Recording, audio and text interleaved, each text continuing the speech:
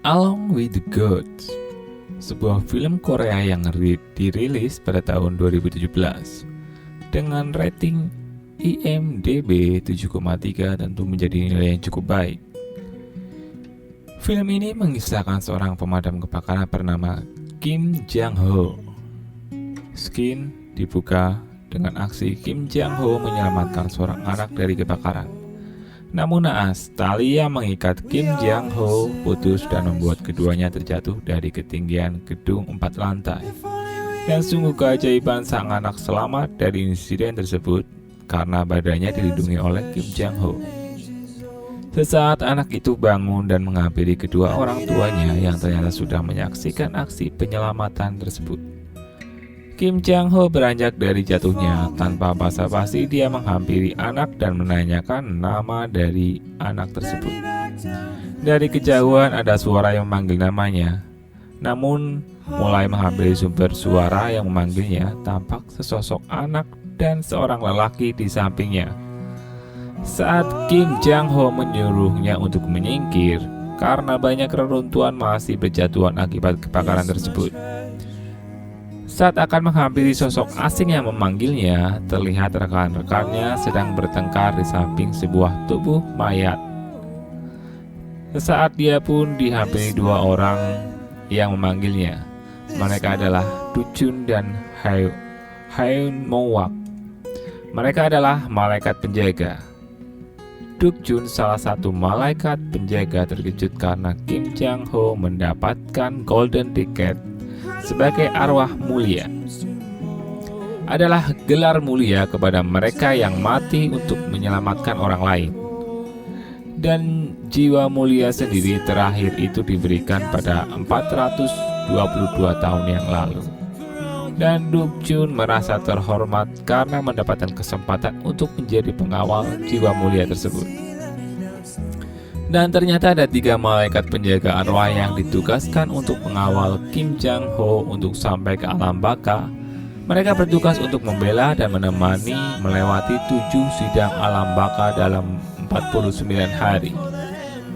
Sidang tersebut antara lain sidang penipuan, pembunuhan, pengkhianatan, ketidakadilan, kekerasan, kemalasan, dan ketidakadilan berkeluarga.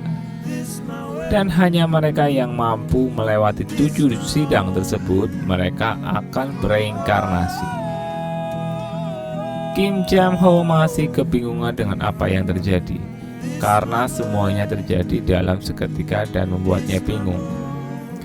Dan dia baru tersadar, ternyata teman-temannya sedang berkumpul mencoba untuk menyelamatkan tubuhnya.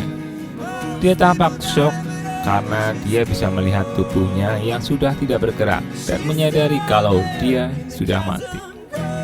Dan mencoba menolak kenyataan kalau dirinya sebenarnya belum ingin mati. Tapi terlambat. Pintu akhirat sudah terbuka dan menariknya ke dalam lubang. Walau dia meminta untuk bisa bertemu dengan ibunya, barang sekejap saja. Di saat yang berbeda, Gang Rim, pemimpin dari 2 malaikat penjaga, sedang menikmati sajian makan di pemakaman Kim Jang-ho. Terlihat seorang ibu sedang terdiam memandang foto Kim Jang-ho.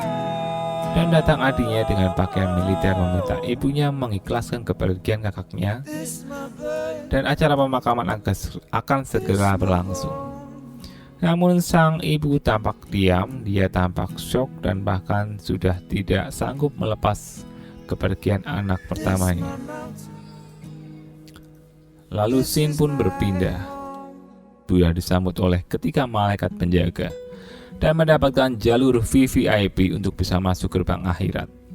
Dan terlihat tampak jutaan manusia sedang mengantri untuk masuk gerbang neraka. Tapak Kim belum bisa menerima kenyataan kalau dirinya sudah mati.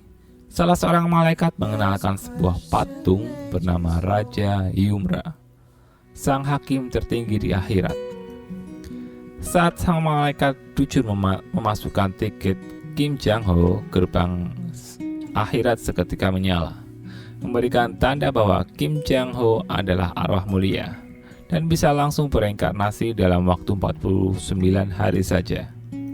Tampak arwah-arwah lainnya tampak iri dan sangat memuji hasil kerja hidup dari Kim Jang Ho. Setelah melewati gerbang akhirat, mereka langsung berada di neraka pembunuh, yang merupakan tempat peradilan bagi para pembunuh. Tampak ketika malaikat tampak kaget karena seorang arwah mulia harus menghadapi sidang pembunuhan.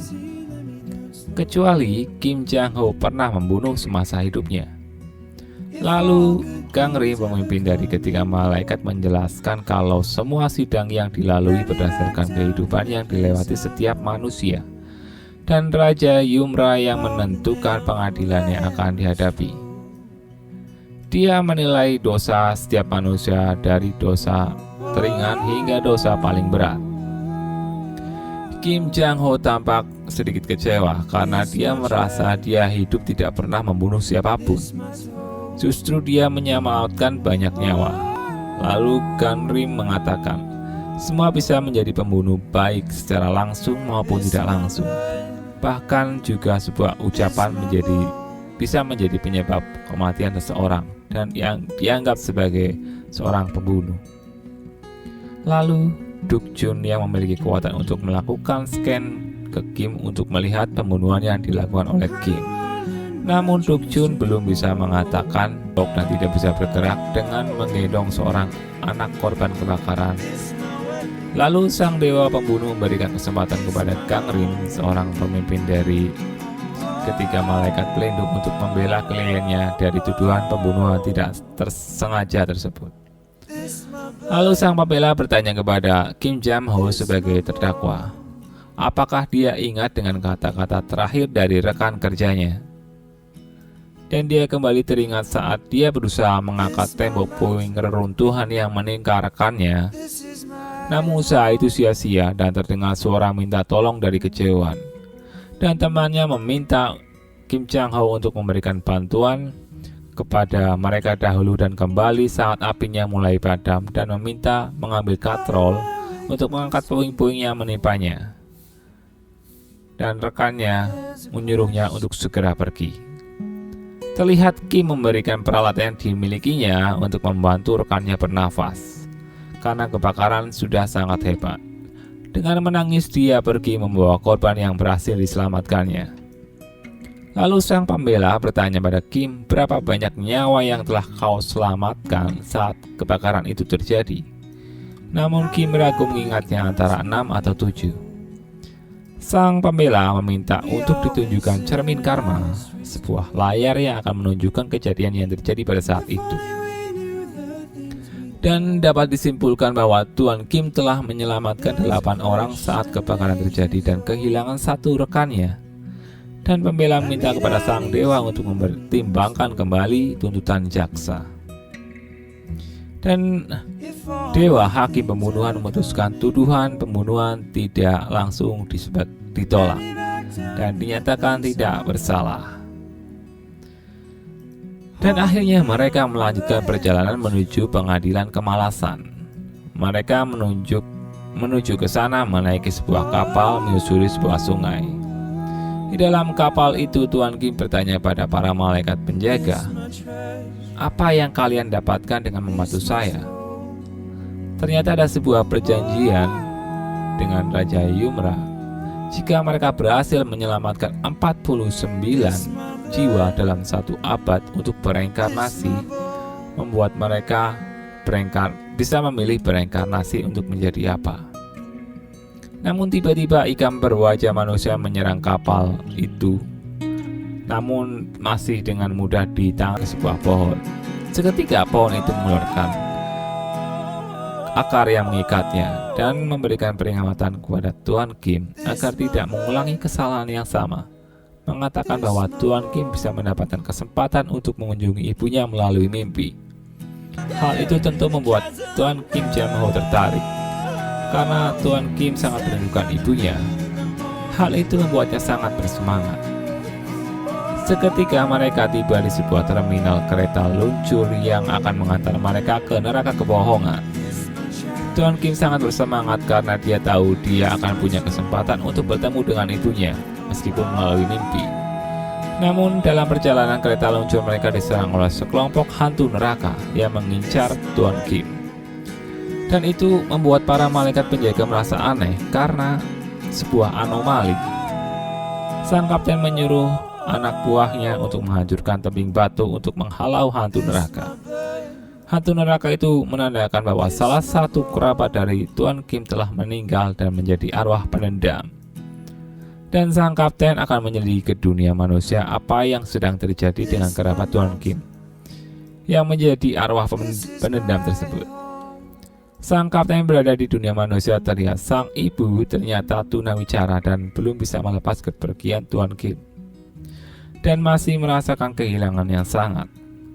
Berbeda dengan sang adik yang sangat membenci kakaknya, sang kapten bertemu dengan sang ibu dan berpura-pura sebagai seorang yang pernah diselamatkan oleh Tuan Kim Jang Ho. Dan ternyata sang adik adalah sang arwah penendam. Dan pertarungan pun terjadi, namun sang arwah berhasil melarikan diri.